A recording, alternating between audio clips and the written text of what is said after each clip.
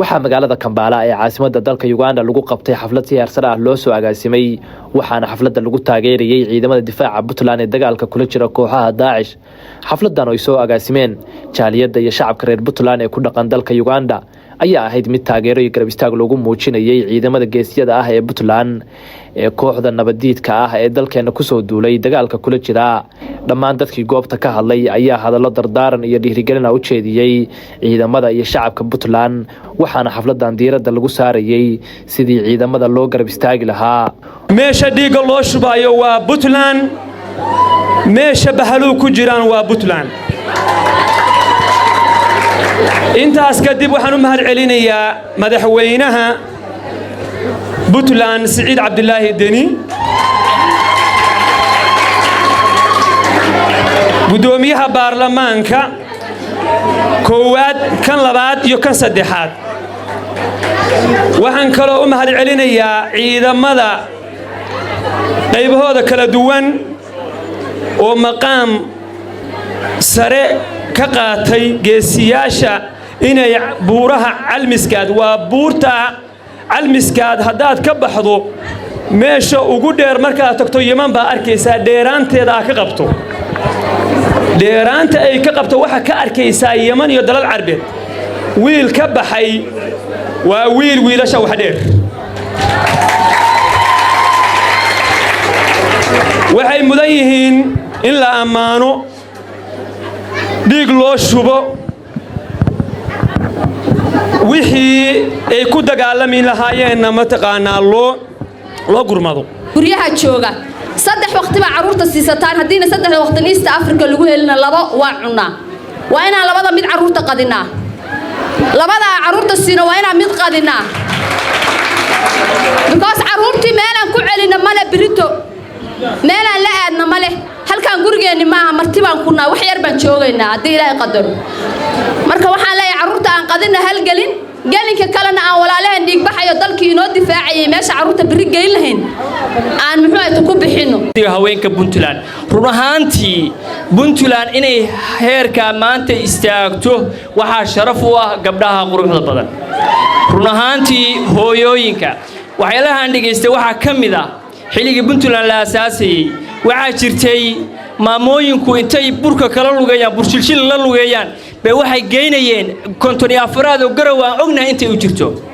maanta marka waa inaynu sharafta iyo cisiga iyo karaamada reer Puntland sida ay mar walba kor u ahayd ay haddana u ahaato. loo faaniyo laakiin ani ma faaninayo. run baa idin sheegaya aniga kallay ka safiya ahaan ini ma faaninayo, because hadda ka hor baa la rabaa inaad dhiiga shubtaan oo dahabyada dhigtaan. caawa adinkoo dahabkii furaya sharaftu ahaan lahayd. waxa la idinku faaninayo waa inaa hadhowta aydan jeegada u seexanina aad dahabka furtaan, ayuutooyinkana aad keentiin. biliis ayuutooyinka keena naag walba shan ayuutay ku jirtaa, waa is ognahay. ganacsataduna waa isgaranaysaa. waxaan kaloo u mahad celinayaa wiilasha dhallinyarada ah iyo gabdhaha la jooga ee ciidanka ee ku dhimanahaya ee dhaawacmahaya ee wax walbaba soo gaarayaan ee qorraxdaad aragteen iyo qabowgaad aragteen iyo buurahaad aragteen ee dhibaatada badan oo aynu daawannay ku dhimanahayo joogana aad iyo aad baan ugu mahad celinayaa. taala wuxuu la jiraa dadka midaysan. midnimaduna waxa way quluubteenu waa inay midaysan tahay. haddiina aynu midaysannahay qalbi ahaan iyo cudud ahaan insha Allah cidina hor istaagi karta iyo cid dalkeena qabsan karta iyo cid soo hawaysan karta midna ma jirto. hubka ciida guba iyo waxaan booba u cabaystay oo aan cagaagiyo u mari bura kala cayna canab hooyaday iyo intii ilaa cashiiraaba walaashay carfoon baa rabaa inay cawaysaaye cili inay dareentana ma rabo la cariyaaye. ugu dambeynta gudoomiyaha jaaliyadda Puntland ee dalka Uganda Maxamed Faysal Geele ayaa shacabka reer Puntland ee ku nool dalka Uganda kula dardaarmay inay garab istaag dhaqaale ciidamadooda u diyaariyaan.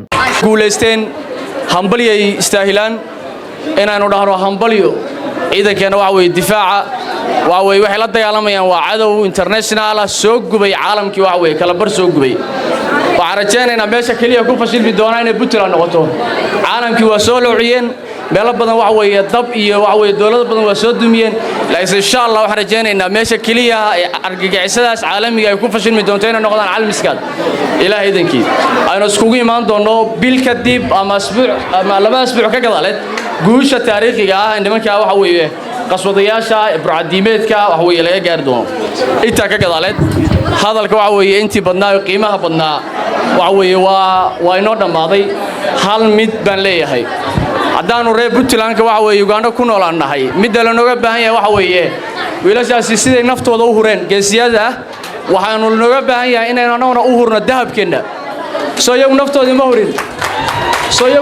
ma hurin soo xabadaas iyo qaraxaas iyo doronta la kacaysa waxa weeye inay naftooda noo hureen soo marxaati kama dhihin annaguna aanu waxa weeye nafteena u hurno annaguna aynu waxa weeye maalkeena u hurno annaguna aan waxa weeye biilasha 200 iyo 300 aanu qaadano aan u hurno annaguna aan u hurno waxa weeye dahabka waxa weeye aanu ku laafiyoonayna oo dhageheena iyo waxa weeye kaluush aan u hurno